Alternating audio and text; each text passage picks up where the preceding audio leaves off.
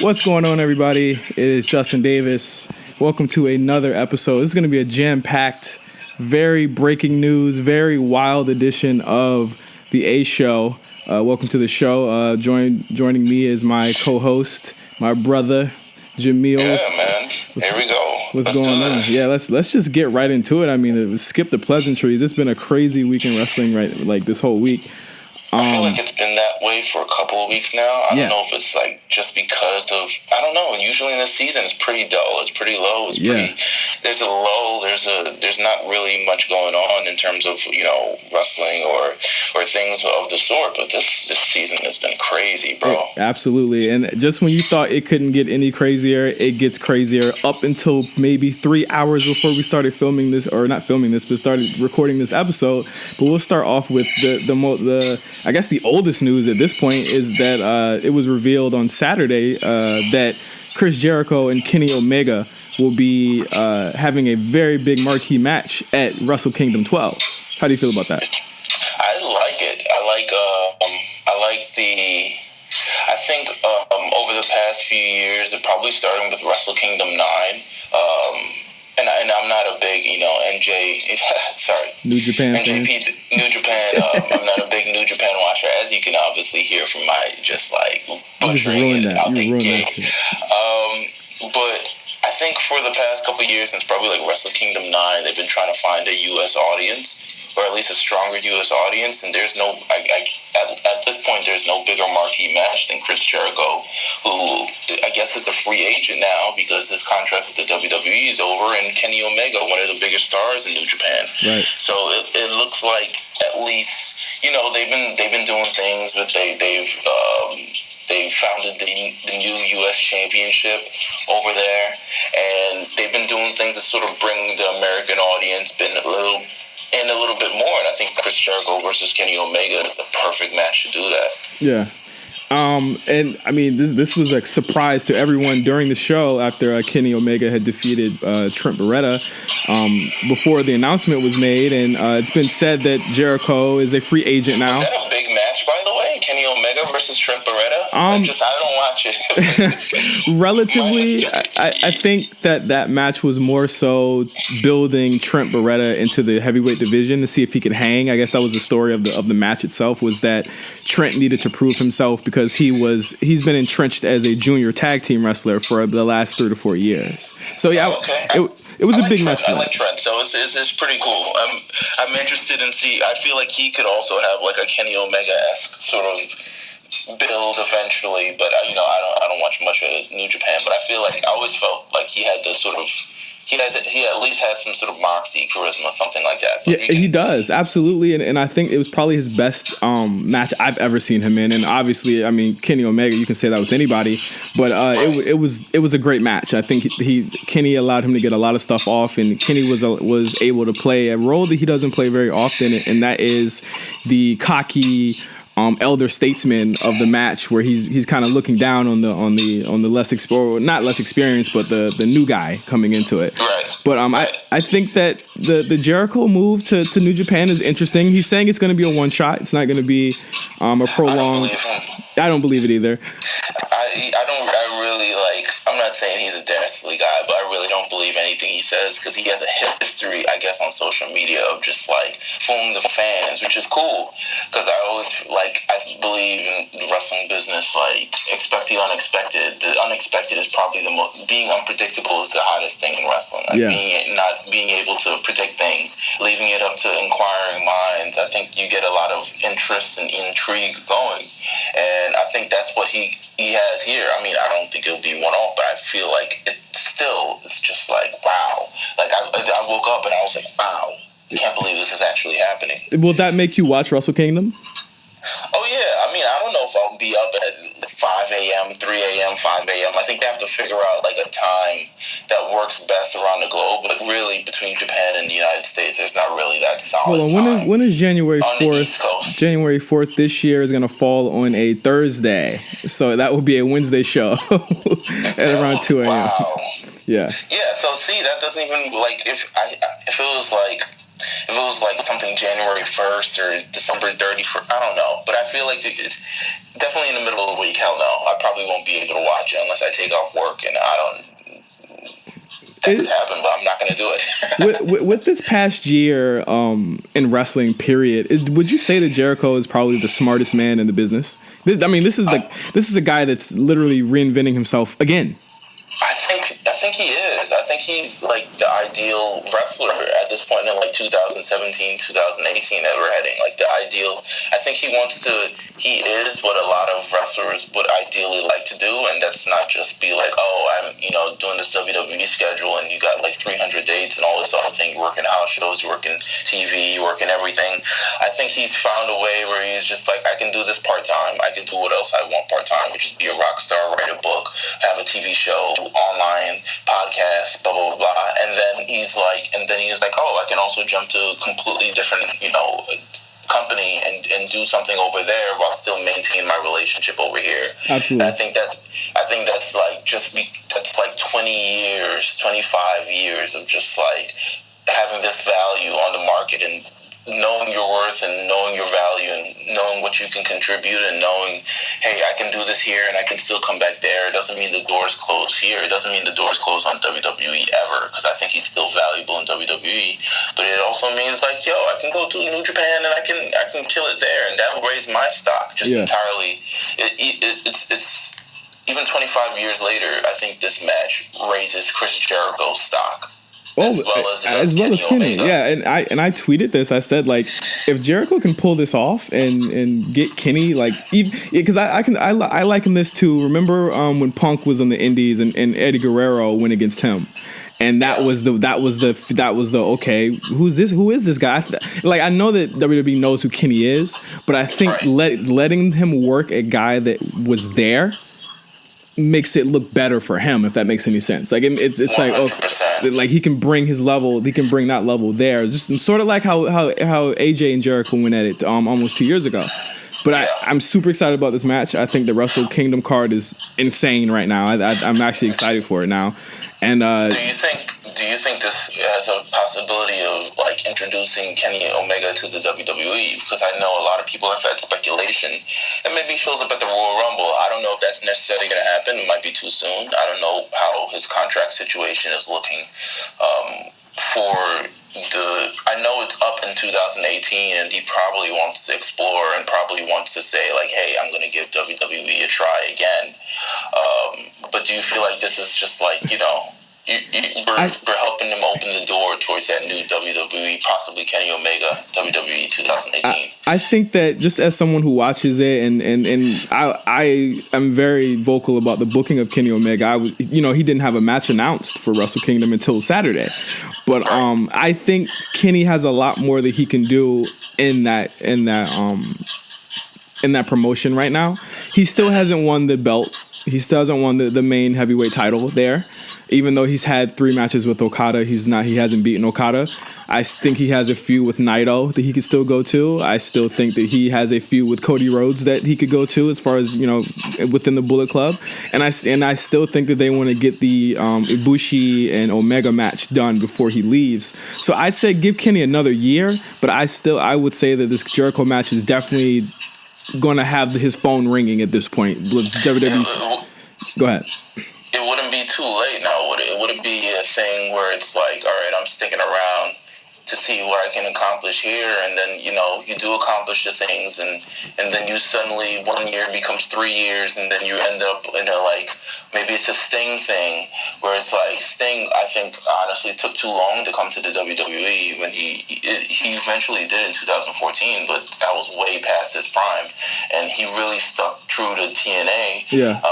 Or maybe it's like a AJ Styles thing where it's just like it doesn't matter because he's that damn good. Yeah, he's that damn good. I think that Kenny knows his worth. I think that there is also no ceiling also for indie wrestlers now, but I also know that in his heart of hearts, he knows that there are a lot of matchups in America that he hasn't done yet and he can't do until he goes to WWE. And I think that we're gonna see a lot of those hopefully in 2019 if he decides to go. But I think 2018 is gonna be Kenny Omega's year for real in New Japan. So, the next thing that I want to get at, I didn't get a chance to watch this, but I just want to get your opinions on the Ric Flair 30 for 30 that came on last night. Oh, I watched it on and off, so of course, like I try to catch up a little bit with it today, but I definitely did see part of it, and I got the general gist of it.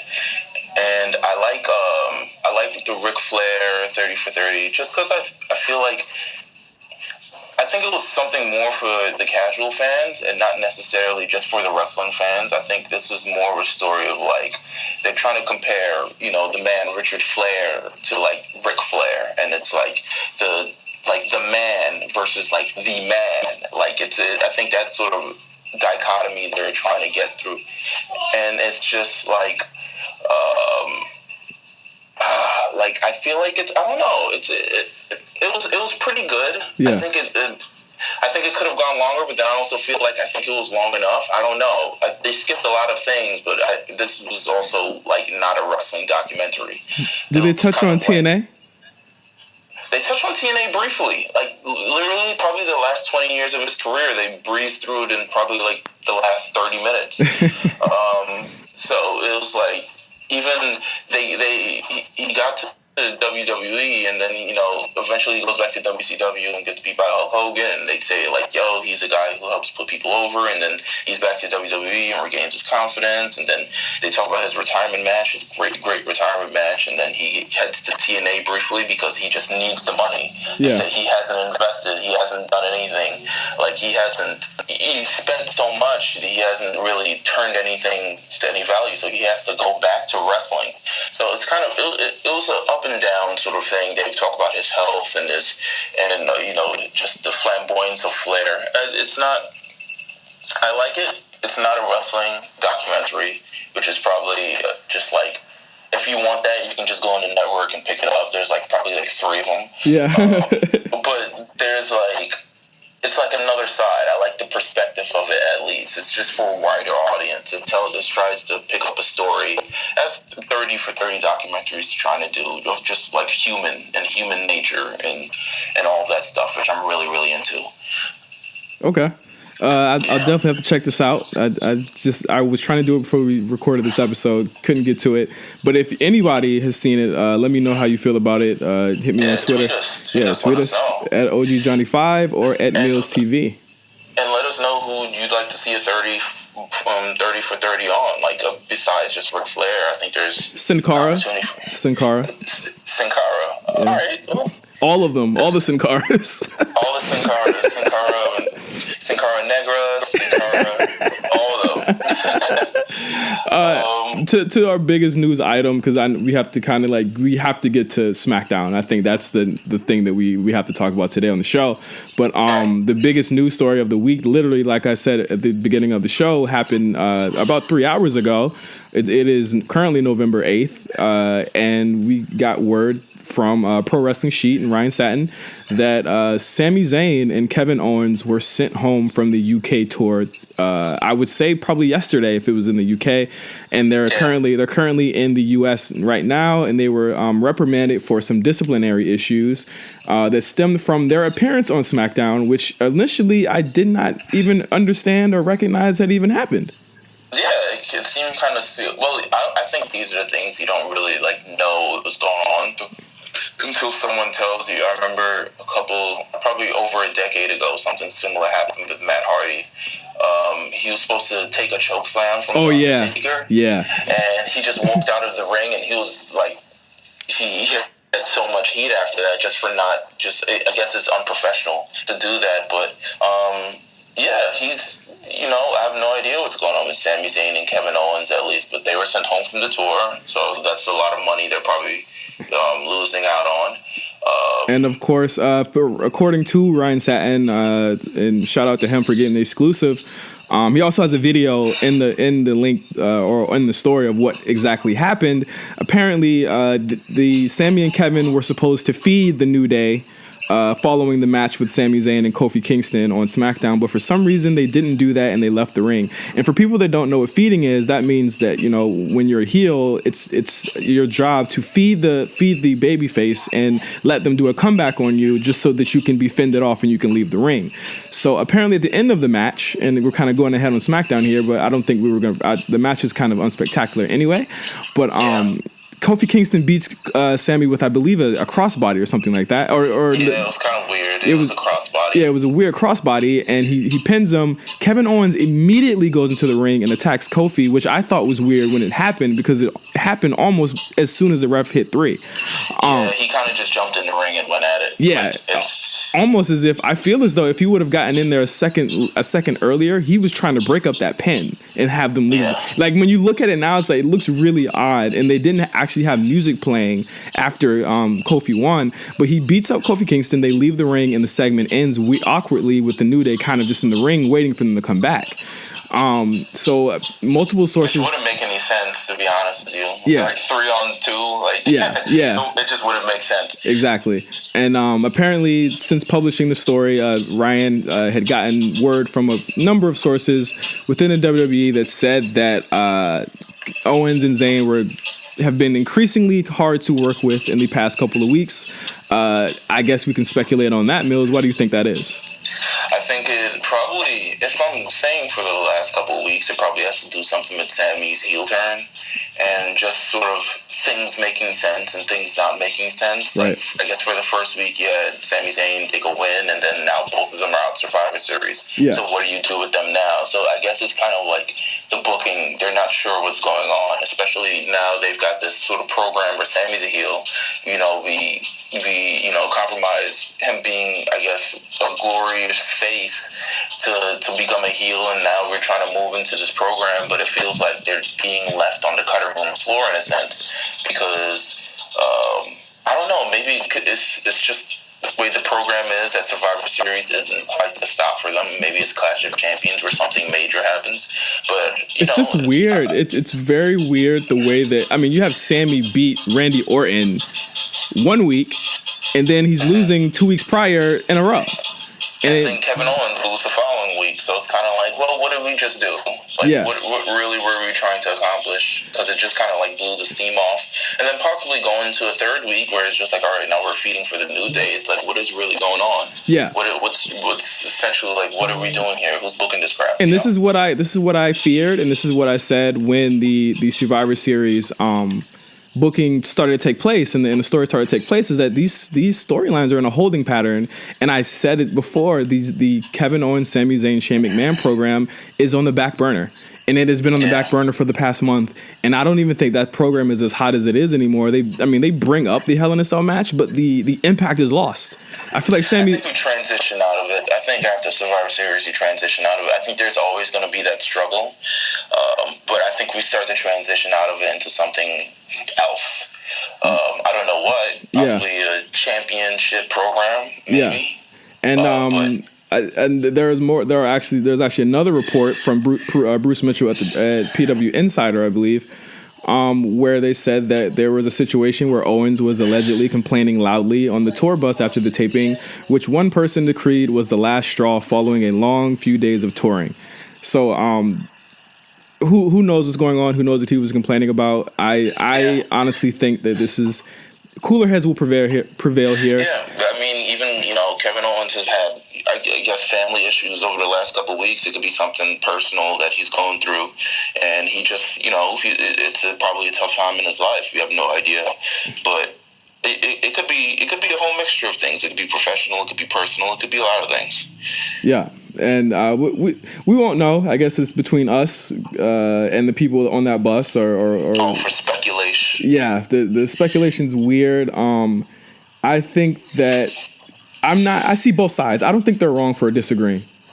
I don't think this is the first time they disagree with their booking. I don't think it'll be the last. I gotta salute both of them for riding for each other, for more than anything. Yeah. I 100% agree. It makes a good story. I think it's kind of still, I guess, in the term, just unprofessional. But I think if they've learned anything from the last decade of WWE and people doing what they want to do, it's just like, you do what you want and then ask for forgiveness later or something along the lines. Punk would say that a lot.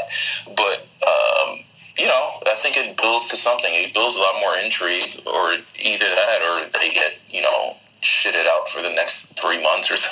Who knows?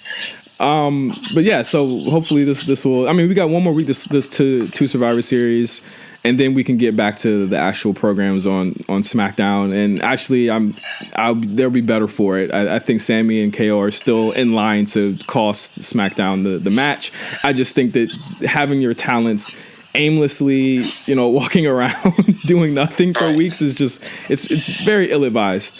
I think they could have come up with something smarter, something like, we're boycotting the show, we're not showing up, and then just show up. Yeah, or have Survivor Series or like do a suspension angle where or something like that. But then that keeps them off of the TV shows, and that's a part of their money too. So who knows? But going into this week's shows, did you watch Raw? I did. I did, despite it being taped. Both Raw and SmackDown being taped, I did watch Raw. Very must-watch shows. Both shows had a title change this week.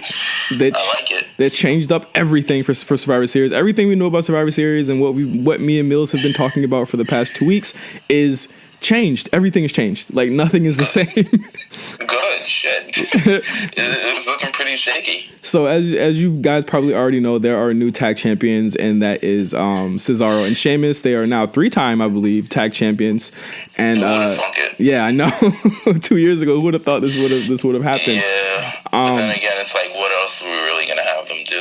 Exactly. They defeated the half shield. I guess it's the the plastic shield. Thirds of the shield. Yes, I know. It's weird. It's like I don't quite understand it. Well, my first rationalized reason was like, okay, clearly Roman isn't coming back in time for Survivor Series, so it's like, all right, why are we continuing with the Shield thing? Maybe we want to move to something new and sort of wash the Shield out until a later date. Yeah. But it looks like Roman Reigns is coming back to Raw next week. Yeah, he's coming back, and I mean, reports were saying as early as Monday morning that they were already prepared that he wasn't going to come back. He's not on the UK tour, and in the show on Raw, he's actually, or his spot, so to speak, that we were waiting for Roman to be in, and everyone thought he was going to be the fifth man, went to Jason Jordan. Yeah. And that got a chorus of boos on Monday from the UK crowd. I don't blame them. I don't blame them. I think Jason Jordan is like, he's a black hole.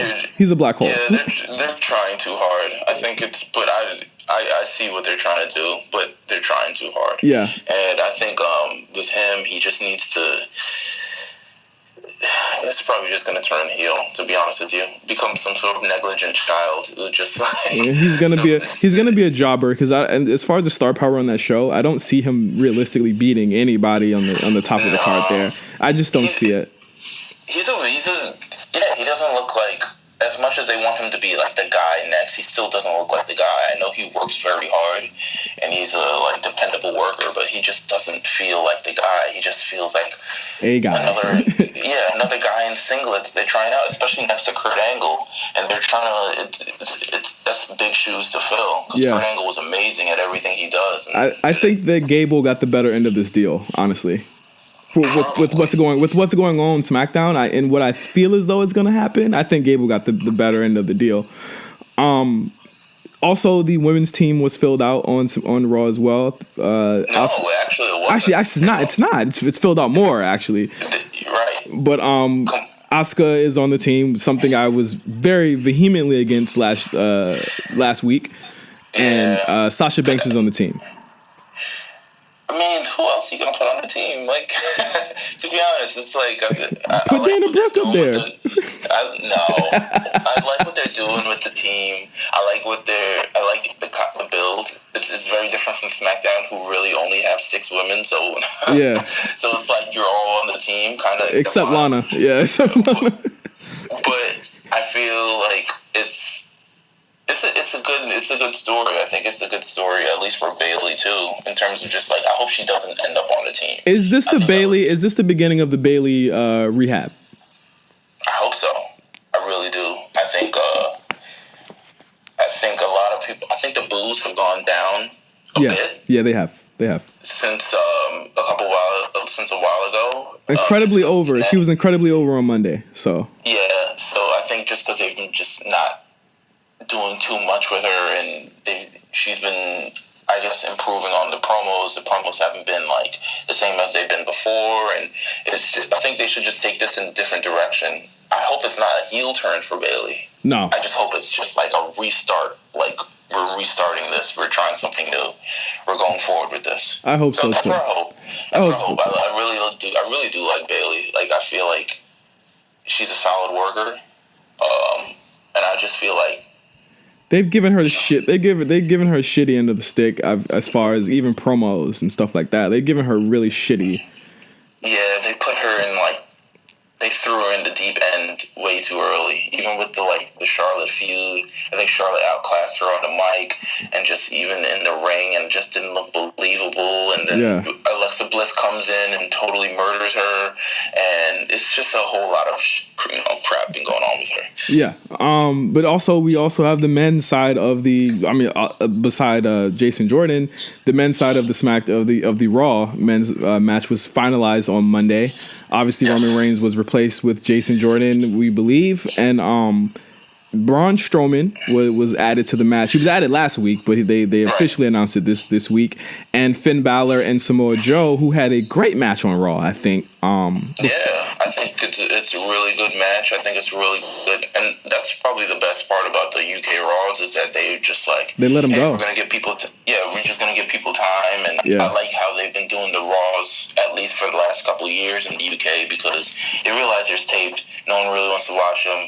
They used to give them a lot of popcorn matches, nothing of real value because it felt like they weren't canon because it was just like, hey, we're just trying to get through this and have a good fun time. Yeah. But now they're having important shit happen, so it's like you kind of want to watch it. And I loved that they didn't have Finn or Joe lose the match, and I love that they had those guys play off of their rivalry and fight and really have a really good pull apart brawl after that. And Kane didn't come out and tombstone Finn Balor. Thank you, God. Thank you, God. And that gets me to my next point, and that is I feel and this is just something that I feel just from watching the show for the past couple of weeks. And I think you can agree on one of these guys. I don't know if you'll agree on the second one. I think that Braun and Finn, if you take Roman out of the equation, Braun and Finn are probably the two and three top faces on that show. Yeah, but I feel like it's like as Roman, then there's a little bit of distance, and they're Braun, then it's still quite some distance. Still a little bit more distance, and it's like Finn. I feel like he's not like. I don't know. I feel like Braun and Finn switch depending on the week. No, I feel like Braun and Finn. Finn is consistently over every single week. Braun Strowman came out of a garbage truck, bro. That doesn't matter. It's the demon. That like Finn is. I would. You know what? I'd even venture to say, and on Twitter, you guys can tell me how you feel about this. Braun and Finn might be the two, the 1A, 1C. Nah, not 1A, 1A. I mean 1B, 1C, 1B, 1C. Balor for me is like 2A. Would you say that he's more over than Seth Rollins right now? I think he is. No. I think he is. I think he's more over than Seth Rollins. I think the direction. I think a lot of people love Finn, but I feel like they haven't really done anything with him of any strong value. I mean, they put him in a title match earlier this year. I feel like they haven't done anything like the directions on Finn, where you see Braun Strowman and he has all these toys he gets to play with, similar like Stone Cold back in the day, or a lot of these programs he's ending Raw, he's beating Big Show in cage matches, beating Roman Reigns, showing up in garbage trucks, having these big matches. Well, you can't do that with Finn. You can't do a lot of that stuff with Finn. He's not gonna. Yeah, but I feel like. I mean, why not? But I feel like you're gonna put Finn Balor in a trash can and then think that it's gonna be believable that he like Braun has been built as from a heel perspective. Like a lot of the stuff that happened was when he was a heel still. But I feel like he's not. They haven't shown the spotlight on Finn Balor yet. I feel like they haven't done that as of yet. I feel like they're still treading water. There's so much more that he can do. He isn't at nearly the peak of like what he could be, especially since he's been doing this this Bray Wyatt feud for so long. But he still remained over. To be honest with you, he's probably going to get back to it. No, I don't agree with that either. I think, before I get to that point, I think that even the Bray feud didn't kill him like the Bray feud killed Dean Ambrose. I'm not saying it killed him. I'm just saying, like, he's not where he could probably be. He's not number one. Oh no, I agree. I agree with that. But I don't think that he's going right back to the Bray Wyatt feud. I think he's going to go straight to Joe. I think what they showed on Monday shows that that's the direction that they want him to go in next. I guess you're probably right about that. Just from the direction, it depends what happens in Survivor Series. But I feel like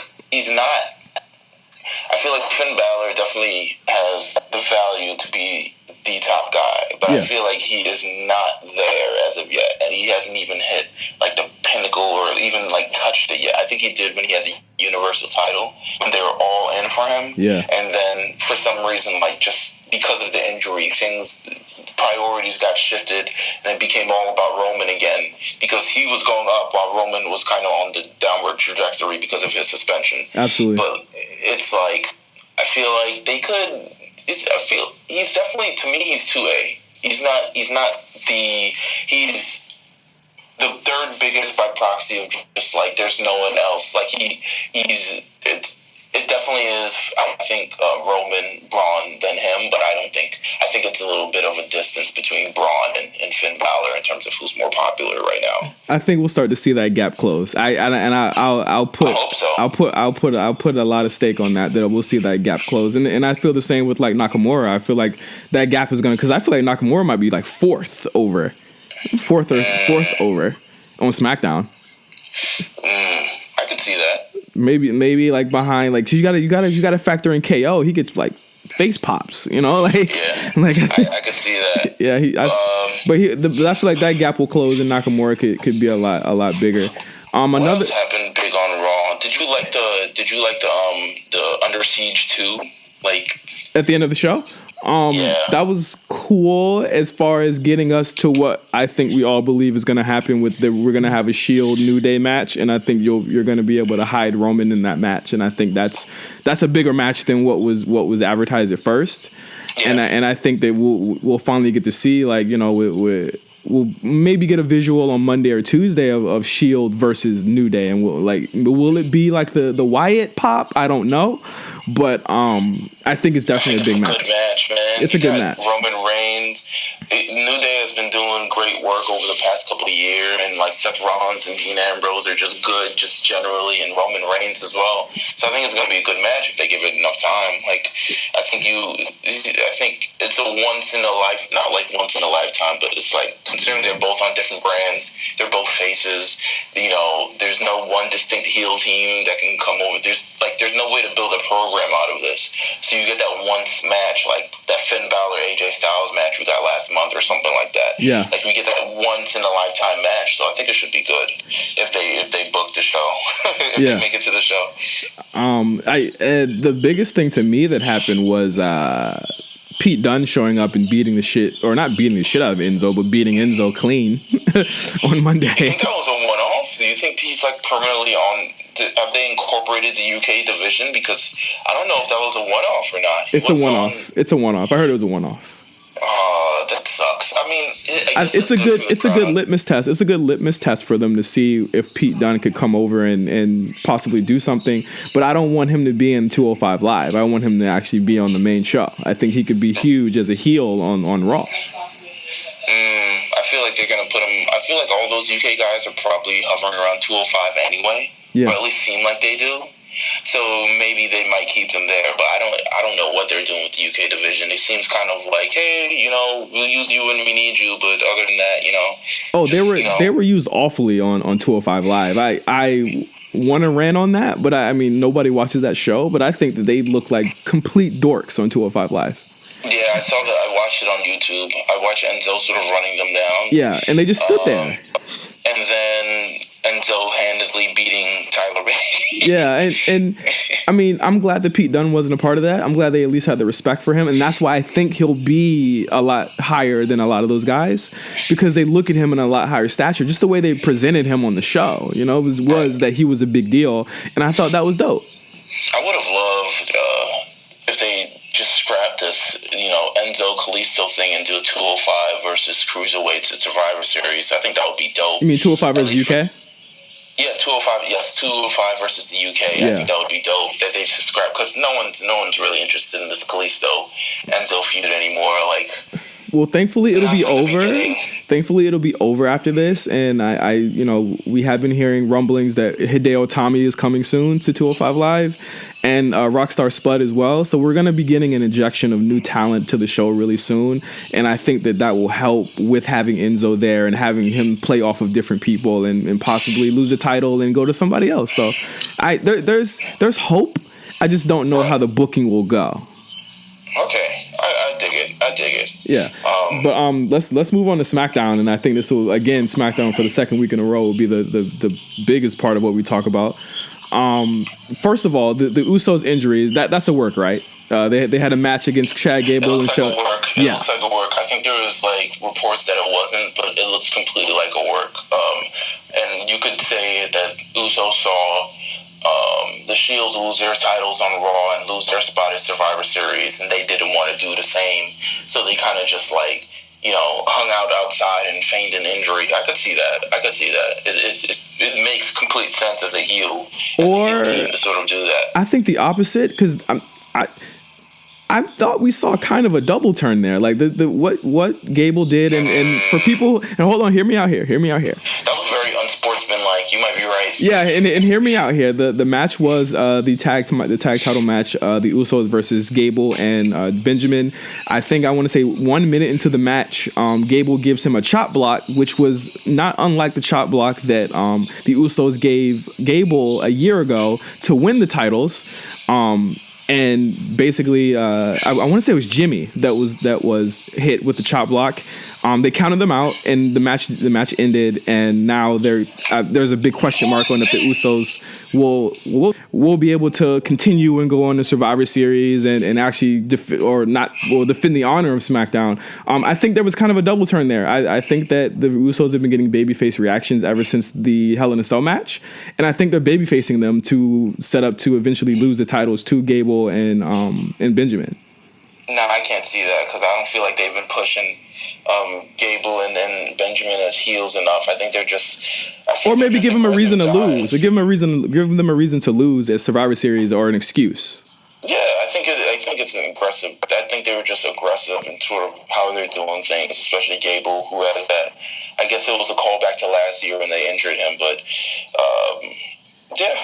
I could see...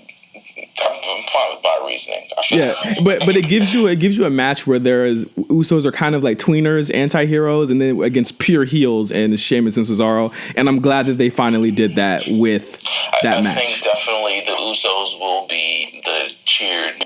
They will play the role as the face in that sort of match, because I feel like people just hate Sheamus just in general and won't find themselves cheering for Sheamus at all. Yeah. So that's how I feel like it will go.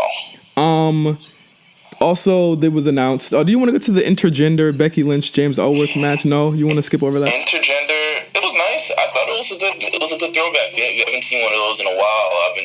You look back on the network and you see one of the intergender matches in the early 2000s, and at some point they just hey, we're But I mean, Ellsworth didn't lay a hand on her. He just shoved her. He just shoved her.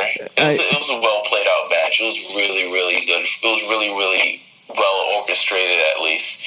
And now it looks like Carmella's, I don't know why, just kicked Ellsworth to the curb, but her Money in the Bank thing still is just up in the air. What are they really going to do? I have no clue with that. I feel like I still put that on Starrcade, but I also just gets me to my next point, is that next week's SmackDown will emanate from Charlotte, North Carolina, and you have Charlotte versus Natalya for the title next Tuesday. Is Charlotte winning the title next Tuesday for one more big shakeup for Survivor Series? I think they have to do it. So. They have to do it. They have to do that. They would. I think granted, I think it would be major heat for Natalya. Yeah. If she didn't, I think if she managed to scurry off and get away with it, I think it would be huge for Natalya in terms of just like, hey, we really need to make her a heel who's like people want to boo. Yeah. So I think it's a possibility like, hey, we're going to do this. Wrestlers in their hometown have like a history of just like embarrassing themselves. And then you build a Starrcade, but which is in the cage. Starrcade is in the cage. And I could see that too. You know, Yeah. It makes complete sense. But I also feel like, man, do I really want to see Alexa Bliss versus Natalya? No, you don't. And I think that I think WWE's, and we'll get to this with our next point here. WWE is course correcting. They're course correcting like crazy as far as Survivor Series goes. Because remember, 2 weeks ago, it was a pay-per-view full of heel versus heel matches. And now we're kind of to see that wasn't working. Yeah, and there was no heat for these matches, and they're course correcting everything in the last 2 weeks just to make sure that this comes off as a bigger show. And I think it's a better show for it, and we'll get to that in a second. But before we get to the major point, which is the world title match between AJ Styles and Jinder Mahal, which came out of nowhere last weekend. Literally, I think they announced it on Friday that AJ would not be facing this set. They announced it literally the day we recorded, so it was Thursday. They announced it early Thursday that they switched the match and it was Jinder Mahal versus AJ Styles. Yeah, during the show they announced it because we were still recording that it would be AJ versus Jinder while we were talking about Jinder, ironically, and and then we got the match tonight. So Rusev actually faced Randy Orton for the spot and he lost the spot. And then earlier today, I think this morning, Shane McMahon announced that John Cena is the 5th person on Team Smackdown. What a jerk. What a jerk. This pay-per-view, what an asshole. I want a documentary or a 1 hour special or a 30 for 30 about Survivor Series 2017. This is the weirdest pay-per-view I've ever had the experience of seeing unfold. I feel like meningitis kind of, I don't know if it was like the sole proprietor of ruining this pay-per-view. It didn't ruin it. It made it better. This is true. It made it. It gave us Balor versus Styles, but I feel like, oh my God, meningitis. I feel like it's changed the course of history. Like, it's like we've shifted so much from where we were now, and now we're here, and, you know, matches have been changed. People aren't available. People are available. We have stuff like the main event where we had Styles versus, you know, Mahal, and we'll get to that. Yeah, the title match as we go into this. But now we have John Cena in the match. It was previously speculated he was going to be the referee. Versus Lesnar. Absolutely, and now that changes everything because I feel like again Cena's going to be hidden in this match. I feel like he's not going to do a lot. He's still filming the Bumblebee movie, I think, right now. I feel like I can't see John Cena given like 50% at all. Absolutely not. Like, I feel like he definitely is going to give his all in this match. I don't think he's going to come out well, he might. You know, you never know. But we'll get to that. We'll get to this in our Survivor Series changes. But I do agree that I think that John Cena will not be in the match that long. Okay. But AJ Styles versus Jinder Mahal, probably Jinder Mahal's best match ever. Can we agree with that?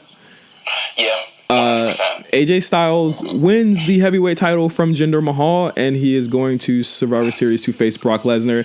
And something that I personally did not see happening. And remember, I've been saying since this show began that I felt as though we were gonna get AJ Jinder after Survivor Series. He was gonna win the title, and they were gonna kind of, send Jinder on his way to Cena at WrestleMania. They do the title switch tonight, or not tonight, on Tuesday.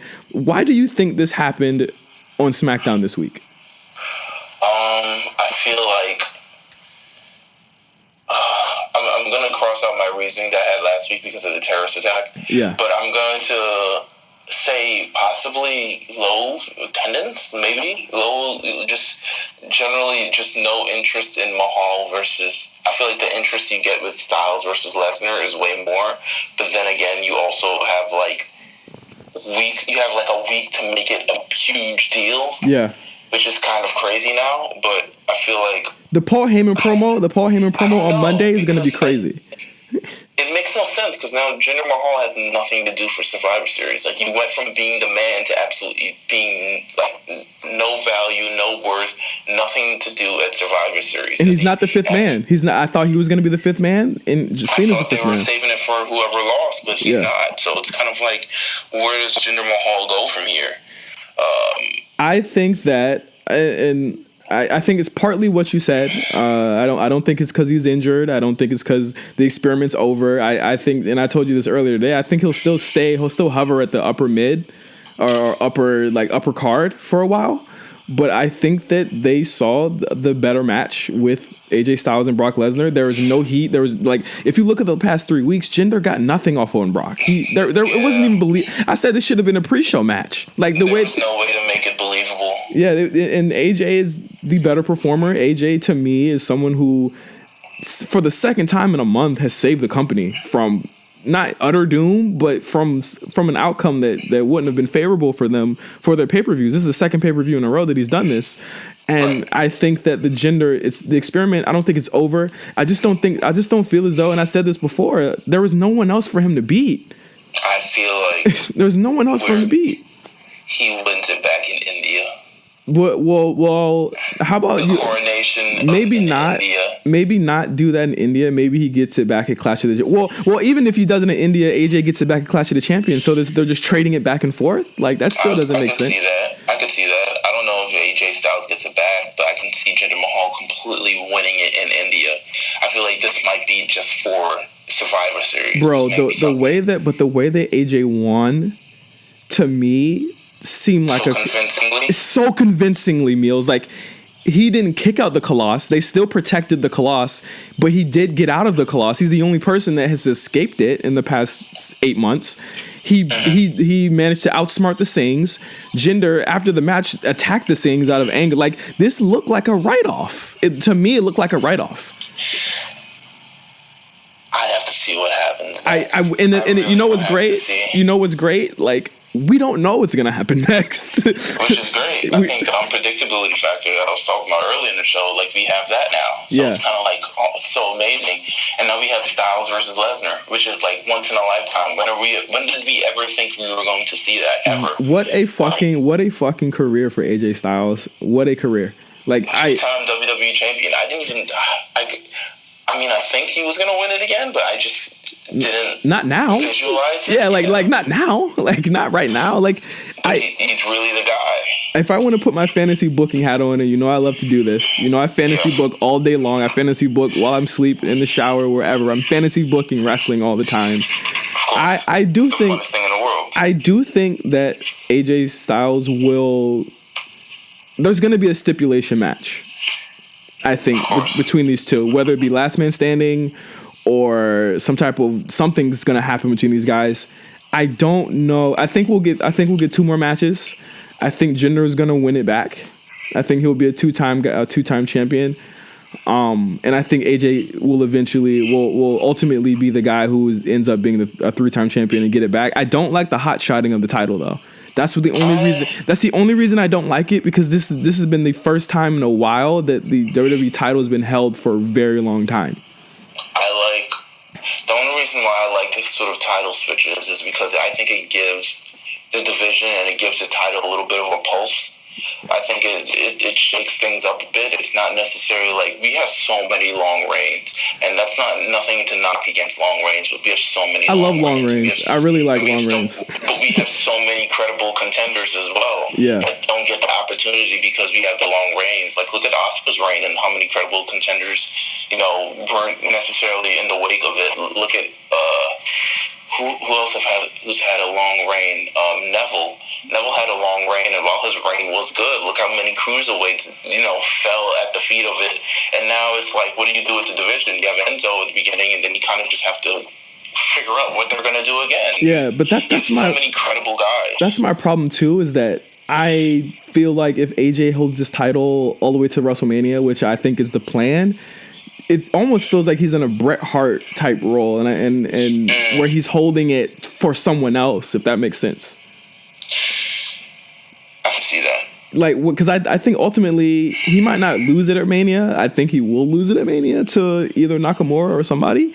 But Nakamura and AJ don't need the belt to me. Like, you know, like Nakamura and AJ doesn't need the belt. They could just be doing it just to do it. They could just do it. I feel like if Styles does hold the belt, I feel like Jinder will be the champion going into WrestleMania anyway. So I'm just gonna stick with that.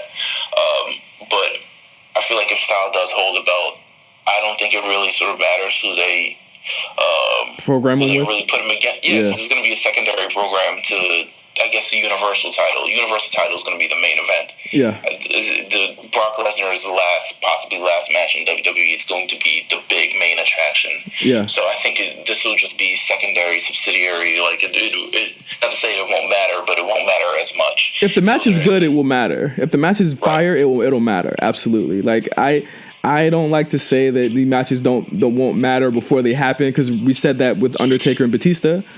We said that with the Edge versus Undertaker match that closed WrestleMania 24. Like, we were just like, like we weren't sure what we were gonna get there. But I'm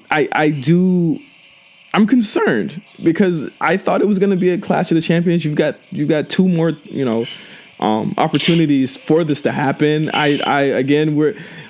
We're both kind of right. Yeah, we're both kind of right and wrong, because I said that he wasn't going into 2018, or he wasn't leaving with the belt at the end of the year.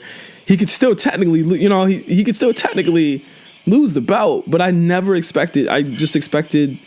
And the thing is, they could also be doing this to protect Jinder from Lesnar too, which would go to your point where it's like, have AJ take the pin to Lesnar and then have Jinder get the belt back, so they don't lose it. He doesn't lose any of his heat. Right. And I think, I mean, sure, but how do you rank Jinder's title reign, his first title reign? I'm assuming he'll get a second one or a second short one. Grade it or rank it? Or grade it. How would you grade his title reign? Grade it? I would give it probably a crap. You gotta think of his matches with a C. I would give him a C. I would give it a C. What great match did he have during the reign? AJ. So that's enough for a C. I think a C is like, you passed, but you didn't do great. I think he was a passable champion. I think everyone hates him. I think his stock grew because of it. He didn't have any of the great matches because of it, but he did. I think he accomplished. He brought attention to the belt. He was a heel who was very much so hated. He carried the champion. It gave it some sort of attention in the at least. Like, people were talking about it. I mean, if people think of when Dean Ambrose was champion, and you know how many people talked about that. Think about who was before him, Randy Orton and Bray Wyatt, when they were champion. How many people were talking before that? I think he brought attention to the title. I just think, you know, the business part of it superseded the sense. The sense. It didn't make any sense. It didn't. Yeah, it just kind of sullied it in a bit, but I still think he's a passable champion. Here's where I disagree. Here's where I disagree with you. And here's my thing. Like, as much as I'll give it a D, but you can still pass with a D. Wow. But but here's my thing, Meelz. For the first 6 months of his title reign, it felt like only 6 months of his title reign. It felt like the belt was making him. Yeah. It felt like the belt was making him. And he had this belt. He was beating these guys, but he wasn't like the most hated heel in the show. He was a heel that was kind of just getting by on those same promos. I think the last 2 months with this Survivor Series program, the stuff with AJ, and maybe like the last Nakamura match, it finally felt like he was the champion and he was settling into it. It was a long time before we got there, Meelz. Like, we had to watch this guy lose to John Cena. We had to watch this guy look like a fool almost weekly on promos, or whether Randy Orton showing up and RKOing him out of nowhere, ruining his Indian the Indian celebration. The great Khali came back. Like, none of these had anything to do with making that belt better until he went to India a couple weeks ago on that tour. brought eyes to the championship no matter what. Like, I feel like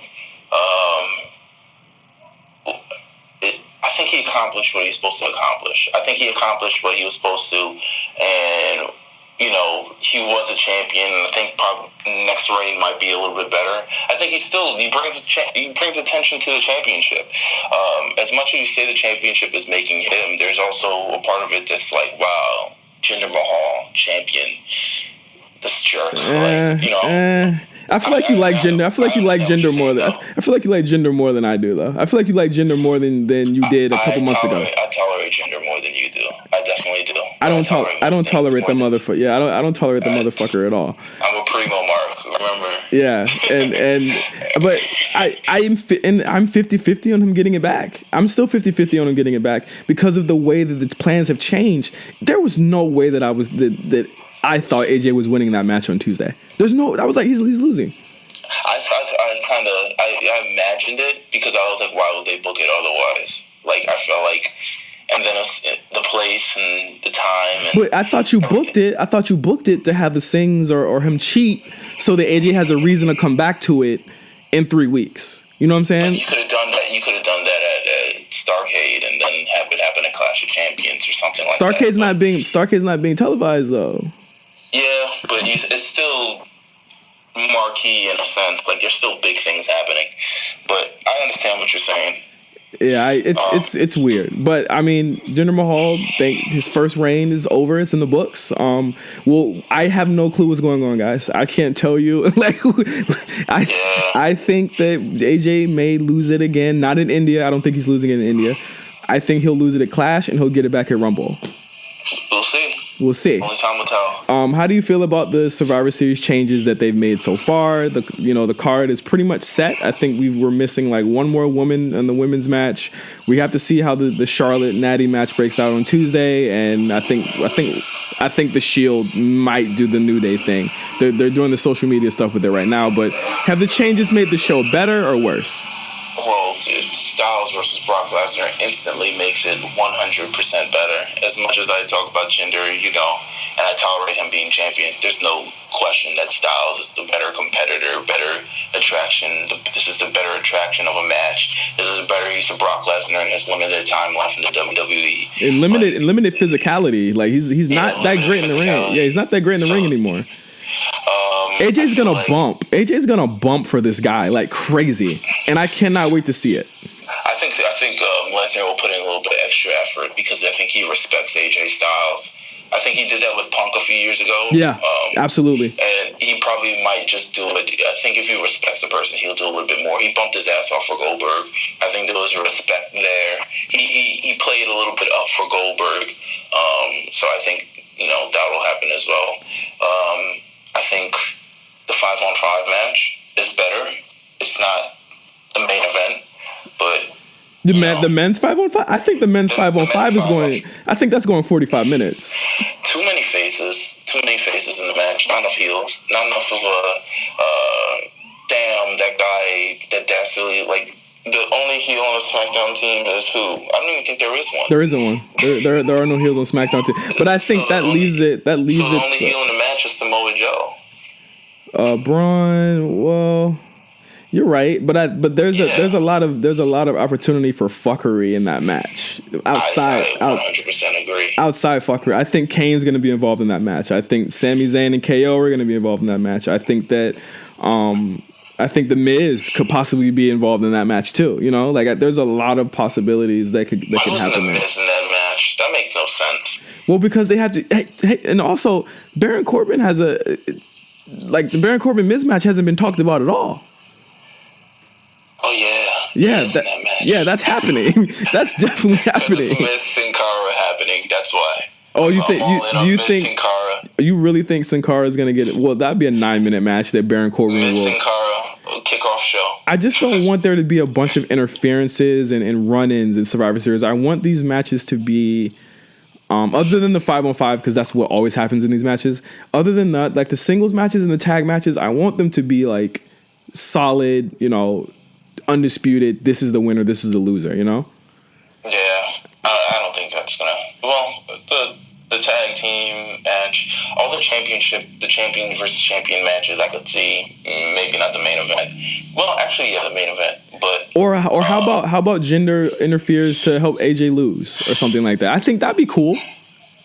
Or that would be cool. I think I don't know. Too many interferences. You got to pick one. Yeah, you got to, because if there's going to be an interference heavy match, you can't have them in every match. Yeah, you can't. If there's going to be interference every show, we can't even just have that go on because it's going to make everyone look stupid. yeah, I think that'd be crazy. I think, I mean, not much is happening with NXT this week. I think this is they're kind of like a iffy show today. I didn't watch it. Haven't seen it yet, but I do know that it's a Roderick Strong, Adam Cole match, and I don't think it ends decisively. So, just a spoiler there. So, but next week for sure, me and you will be going over the massive Survivor Series cards, and we'll also be going over the NXT Takeover card. We'll be giving our thoughts on that, and we'll also be giving our analysis on what we think is going to happen going into the show, and that's going to be a pretty huge show for us. Yeah, episode 4. We're in episode 3 right now. I know, man. It's pretty good. It's crazy, but this has been a crazy week. I feel like we've accurately and adequately provided our commentary on what happened on this crazy week of wrestling. I hope we can slow down going into Survivor Series, but I feel like it's only going to turn up.